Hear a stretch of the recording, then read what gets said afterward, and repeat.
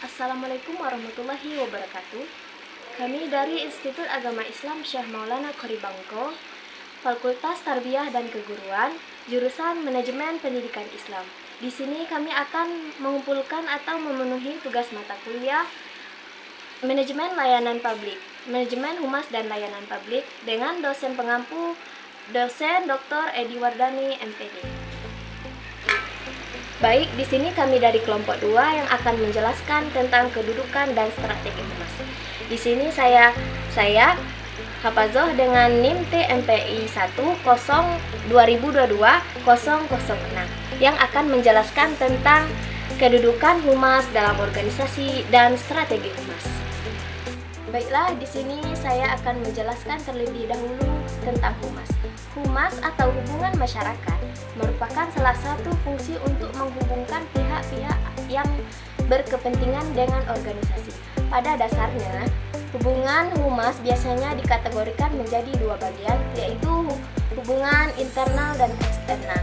Kita jelaskan terlebih dahulu tentang hubungan internal. Hubungan internal adalah hubungan yang di dalam lingkupnya lingkungan organisasi atau perusahaan. Sedangkan hubungan eksternal adalah hubungan yang di luar atau yang tidak termasuk di dalam lingkungan organisasi atau perusahaan tersebut. Baiklah, di sini kita langsung saja membahas tentang materi, yaitu 1. Kedudukan humas dalam organisasi. Kedudukan humas dalam organisasi dibagi menjadi 2 bagian, yaitu menyampaikan informasi mengenai organisasi kepada publik. Contohnya, memberikan informasi kebijakan organisasi, tugas, fungsi, bahkan hingga susunan manajemen yang terbaru. Humas juga berperan dalam mengelola komunikasi internal dan eksternal, serta memastikan bahwa peran dan citra organisasi disampaikan secara konsisten dan efektif. Mereka sering berada di garda terdepan dalam menangani krisis dan menyampaikan informasi penting kepada berbagai pihak yang terkait. Sebagai hasilnya, mereka saling memiliki posisi strategis dan berkaitan erat dengan manajemen tingkat atas dalam pengambilan keputusan.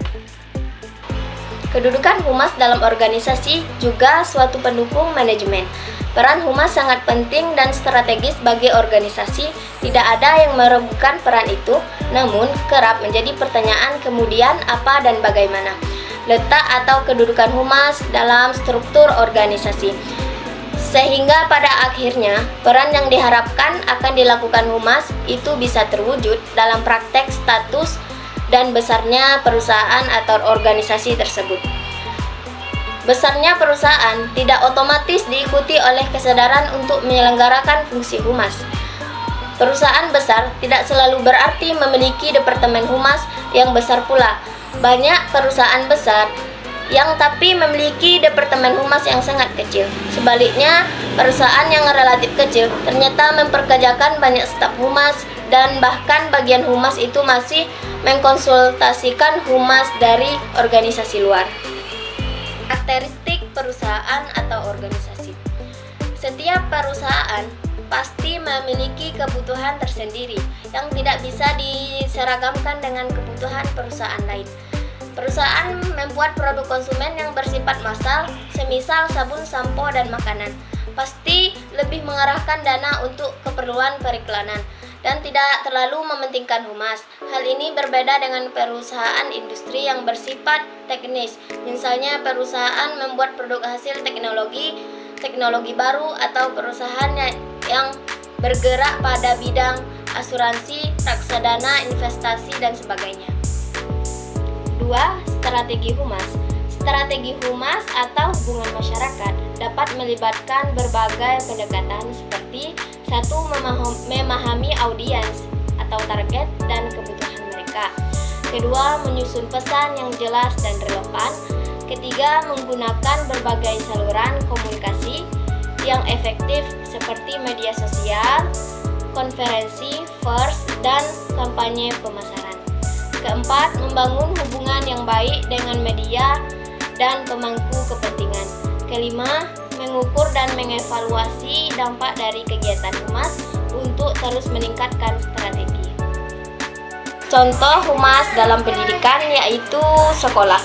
Citra sekolah adalah citra dari keseluruhan yang dibentuk dari semua komponen seperti kualitas output, keberhasilan pengelolaan, kesehatan, keuangan, perilaku anggota organisasi, tanggung jawab sosial, dan sebagainya. Strategi yang diperlukan dalam suatu lembaga pendidikan yang akan membangun citra sekolah yang positif, menuju sekolah yang unggul, berkonferentif, meneliti, tertarik untuk melakukan penelitian tentang strategi bagaimana untuk mengembangkan sekolah tersebut.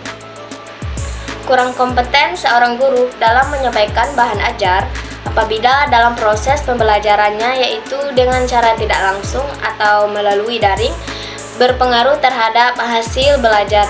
Proses pembelajaran hanya dapat dicapai dengan kompetensi yang ada dalam pribadi guru tersebut. Kemudian keterbatasan pengetahuan tentang menyampaikan materi baik dari pribadi guru yang keterbatasan pengetahuan untuk menyampaikan materi baik menggunakan metode mengajar maupun buku penunjang pokok. Kesimpulan.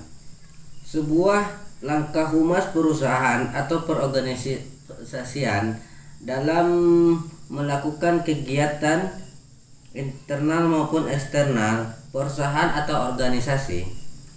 Karena strategi dalam organisasi adalah pembina hubungan yang harmonis atau organisasi dan publiknya, dan mencegah terjadinya rintangan psikologi baik timbul dan pihak organisasi maupun dari pihak publik.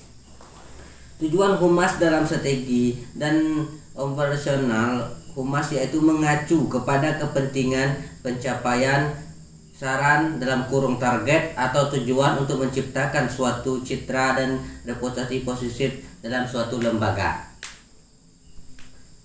Baik, saran. Adapun saran yang mungkin bisa menjadi referensi tambahan bagi semua maksud dan tujuan dan kehumasan atau seorang humas perlu dipelajari lebih dalam lagi, sehingga pada saat ini aplikasi bisa bekerja dengan baik dan masalah-masalah yang terjadi langsung ditindak dengan langkah yang tepat sesuai dengan cara kehumasan. Strategi dan operasional humas menjadi lebih baik dan tepat kerja yang sama yang lebih baik. Daftar pustaka. Singerbung Masti Sofian Effendi 1989, metode penelitian survei Jakarta. Kedua, Tekwanijo John, Dasar dan Arah Public Relation PT Goal Jakarta tahun 2020-2022.